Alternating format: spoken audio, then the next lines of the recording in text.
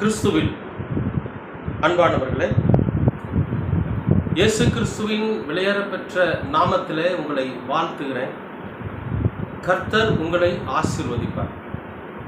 இன்றைய அனுதின உணவிற்காக கர்த்தர் கொடுக்கிற வார்த்தை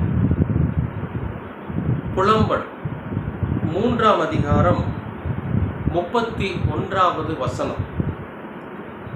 ஆண்டவர் என்றென்றைக்கும் கைவிட மாட்டார். ஆண்டவர், நம்முடைய ஆண்டவர் என்றென்றைக்கும் கைவிட மாட்டார்.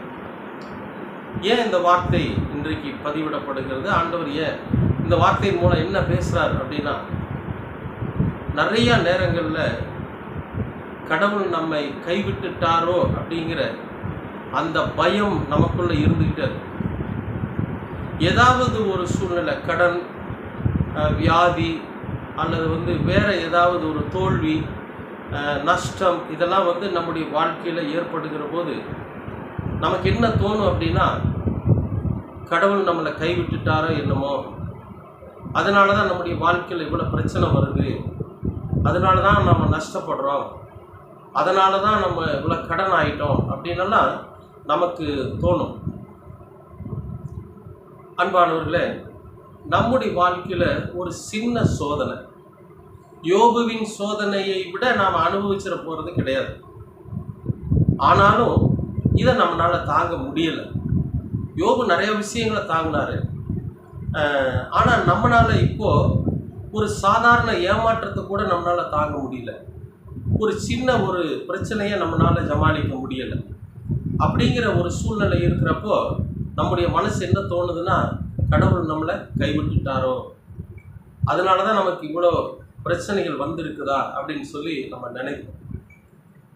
அன்பானவர்களே, நம்முடைய ஆண்டவர் இயேசு கிறிஸ்து ஒரு நாளும் நம்மளை கைவிடவே மாட்டார். ஏன்னா கர்த்தரை நம்புகிறவர்களோ கைவிடப்பட மாட்டார். சின்ன சின்ன சோதனைகள் வந்ததுனால நீங்கள் பயந்துடாதீங்க. இதையெல்லாம் ஜெயிக்கக்கூடிய ஒரு நல்ல வல்லமையை கர்த்தர் உங்களுக்கு தருவார்.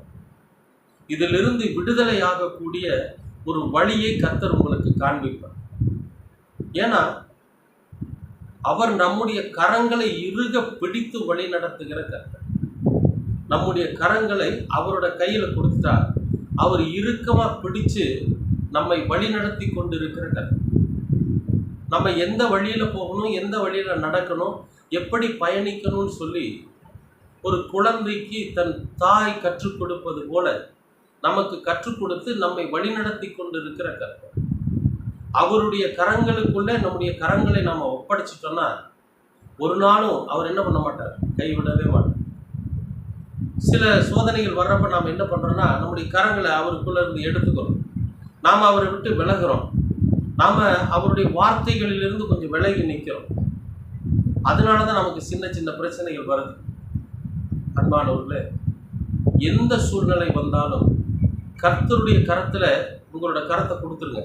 இந்தாங்க ஆண்டவரே, என் கையை பிடிச்சி என்னை வழி நடத்துங்க, நான் இனிமே உங்களுடைய கரத்தை விட்டு விலகி போக மாட்டேன் அப்படின்னு சொல்லி கர்த்தரோட சமூகத்தில் சொல்லுங்க, ஆண்டவரிடத்துல சொல்லுங்க.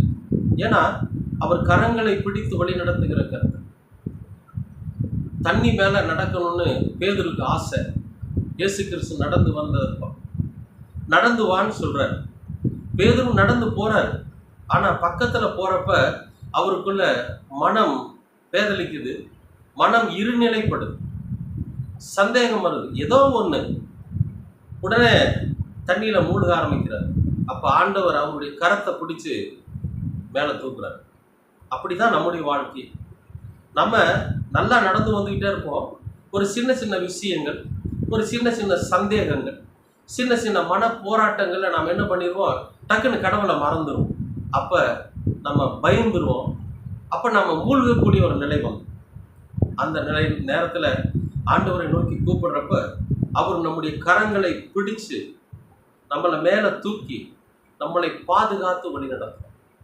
அதனால தான் இந்த வார்த்தை இப்படி சொல்லுது, ஆண்டவர் என்றென்றைக்கும் உங்களை கைவிடவே மாட்டார். அன்பானவர்களே, முழு நம்பிக்கையுடன் நம்முடைய வாழ்க்கையில் ஏற்படுகிற சின்ன சின்ன பிரச்சனைகளுக்கு நம்முடைய சந்தேகமும் நம்முடைய அவிசுவாசமும் தான் காரணமா இருக்கு. அதனால இப்போ அந்த ரெண்டையும் விட்டுட்டு ஆண்டவரிடத்தில் உங்க கரத்தை கொடுத்து, ஆண்டவரே நீர் என் கரத்தை பிடித்து என்னை வழி நடத்துங்க, நான் இனிமே உங்களுடைய பாதையை விட்டு விலக மாட்டேன்னு சொல்லி கர்த்தரோட சமூகத்தில் ஒப்படைச்சிட்டு இப்போ இந்த நிமிடத்திலிருந்து நீங்க ஜெபம் பண்ணுங்க. கர்த்தர் உங்கள் கரத்தை இறுக பிடிக்கிறதை நீங்க உணர முடியும். அதற்கு பின்பு உங்களை வழி நடத்துகிற அனுபவத்தையும் நீங்க உணர முடியும். விசுவாசிக்கிறீங்களா? அப்ப ஆண்டவர்கிட்ட ஒப்படைங்க. அன்பின் பரலோக பிதாவே, உமக்கு ஸ்தோத்திரம். இந்த நாளை ஆசீர்வதித்து கொடுத்ததற்காகவும் நன்றி. நாங்கள் எங்களுடைய சின்ன சின்ன அவநம்பிக்கையினாலும் எங்களுடைய பாதைகளை நாங்கள் மாற்றிக்கொண்டதினாலும் அவிசுவாசத்தினாலும் நாங்கள் பிரச்சனைகளிலே ஆண்டவரை மூழ்கி கொண்டிருக்கிற நேரத்தில் உம்மை நோக்கி கூப்பிடுகிறோம். எங்கள் கரத்தை உம்முடைய கரத்தில் கொடுக்கிறோம். நீர் அதை இறுக பிடித்து கொண்டு எங்களை வழிநடத்தும் ஆண்டவரே. நாங்கள் சிறு பிள்ளைகளைப் போல அங்குமிங்குமாய் எங்களுடைய எண்ணங்கள் சிதறி போனாலும் எங்களுடைய கரங்களை இறுக பிடித்து எங்களுடைய எண்ணங்களும் சிந்தனைகளும் ஒரே நிலையில் இருக்க நீர் எங்களுக்கு தயவு பாராட்டுங்க. எங்களுடைய கரங்களை உம்முடைய கரத்தில் கொடுத்துட்டோம். நீங்க அதை இறுக பிடிச்சு எங்களை வழி நடத்துங்க. நாங்கள் வழிமாறி போகாதபடிக்கு நீர் எங்களை பாதுகாத்துக் கொள்ளுங்க. எங்களுக்கு இருக்கிற சின்ன சின்ன பிரச்சனைகளில் இருந்து எங்களுக்கு விடுதலைகளை கொடுங்க. பெரிய பிரச்சனையாக இருந்தாலும், வியாதியாக இருந்தாலும், கடன் தொல்லைகளாக இருந்தாலும், மற்ற எந்த பிரச்சனை இருந்தாலும் அதிலிருந்து கர்த்தர் எங்களுக்கு விடுதலை தர வேண்டுமாய் செபிக்கிறோம். கிருபை சூழ்ந்து கொள்ளட்டும். இயேசு கிறிஸ்துவின் வழியாய் கேட்கிறோம் நல்ல பிதாவே. ஆமென், ஆமென்.